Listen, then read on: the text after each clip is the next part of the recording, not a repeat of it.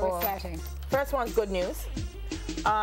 In recognition of World Cancer Day on February 4, Minister of Health Dr. Christopher Tufton has reaffirmed that Jamaica is now in a position to provide world-class cancer care to its citizens and visitors. This is the result of scholarships being awarded to Jamaicans to study abroad in specialized areas, as well as the opening of the first of 2 modern cancer treatment centers at the Cornwall Regional Hospital. Thank God. Thank God. So with the capacity that we have in the doctors and specialists and those currently in training, as well as the new technology, says the minister, we'll have the capabilities right here in Jamaica to be among the leaders in cancer treatment and care in the Caribbean. The Chase Fund, interesting, Culture, Health, Arts, Sports and Education, has also provided $63 million in scholarships to Jamaicans to study in specialized areas necessary for optimum cancer care. That's 26 scholarships to 4 biomedical engineers, 2 medical radiation physicists, and 4 radiation oncologists. You know, that makes me very happy to hear that, right? Well, you know, because Chase Fund all the while, so I'm very happy this morning to say, well done, Chase Fund. Do you know why I feel particularly pleased? Because it's our supreme venture. Yes. Who gives? The money. Yes. To the Chase Most Fund. of 95% just about of that money, some $1.5 billion a year given by 1.5 billion.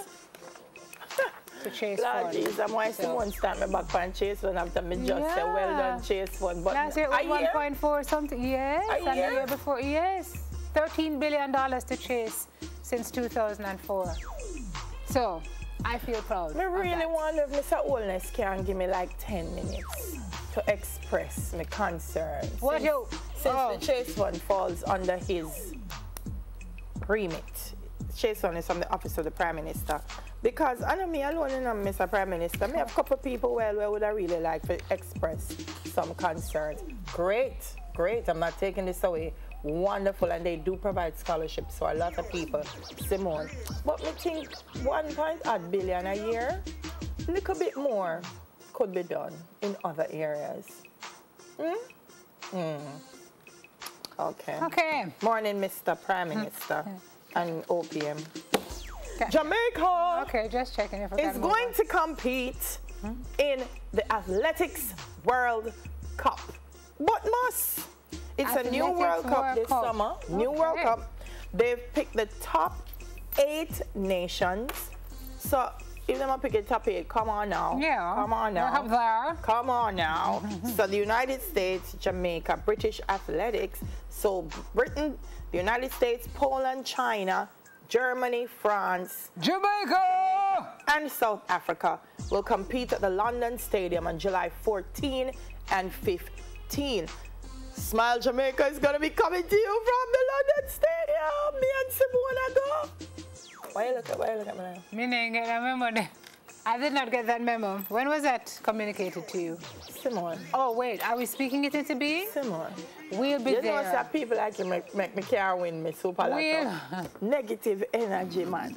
Me say where I go. I'm a realist. Yeah. And what? I'm a realist. No, it's all right. I don't hope against hope. We're coming from the London Stadium. Good morning, British Airways. It's going to be a chilly summer. So we're going to, when we're leaving? Well, it's on the 14th. So we have to leave from because we have to acclimatize. Yeah.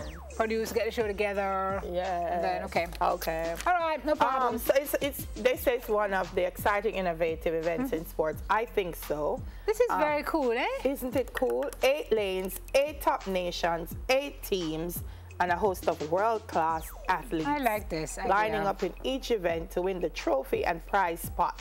So is this going to be an annual thing, or? I don't know, but I look forward to it. Come up with it fast. So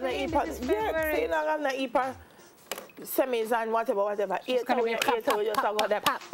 Yes. Nice. Fast-paced and exhilarating experience for athletes and fans. Nice. I think so. Nice. All right. Okay. This one is a lesson in communication, which I find very interesting, based on what I've heard, because the law calls it this, but the minister says, the National Security Minister that is, has declared that the state of public emergency now underway in St. James has been renamed, and it's now called Enhanced Security Measures.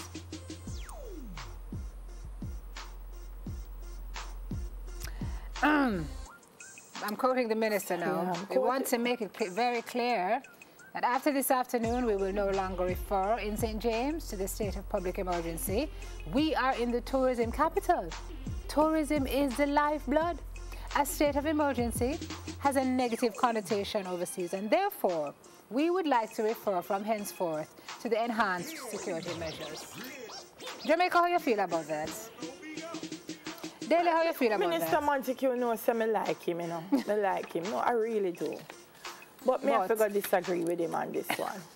Because I have to say, prior to the state of emergency, America had already issued a travel warning. So whether we change the name or we don't change the name, they are very aware, because people live in St. James.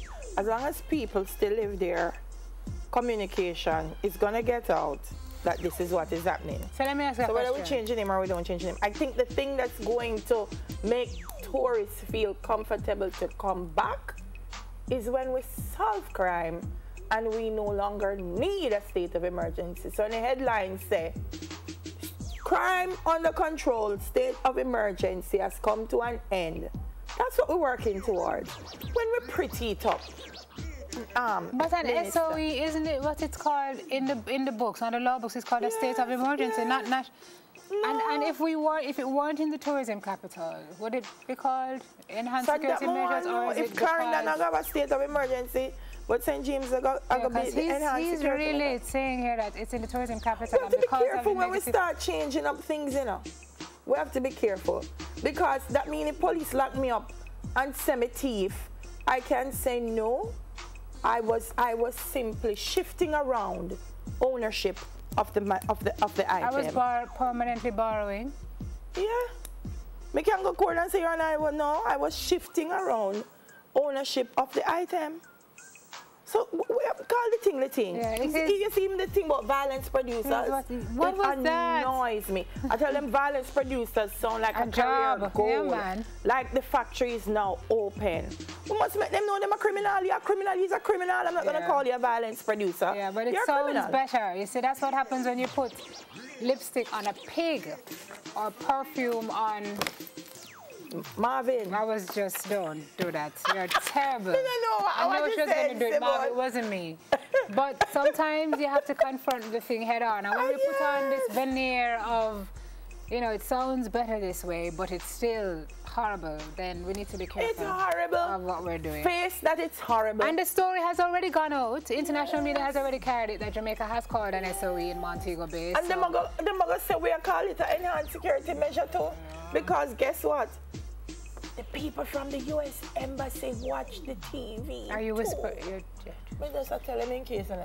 So the people from the U.S. Embassy also watch the TV. So they will send out a communique to say, it's called a national whatever, but state of emergency. Perhaps had we started there, then it would be one thing, but you can't start out calling it an SOE, which is what it really is, and then change the way you have to, and then say you're changing it because of the tourism capital. And then when we go to court, I tell the judge, say, no, under the SOE, you can't do me that because it's not a SOE. It's enhanced security measures. Oh, well.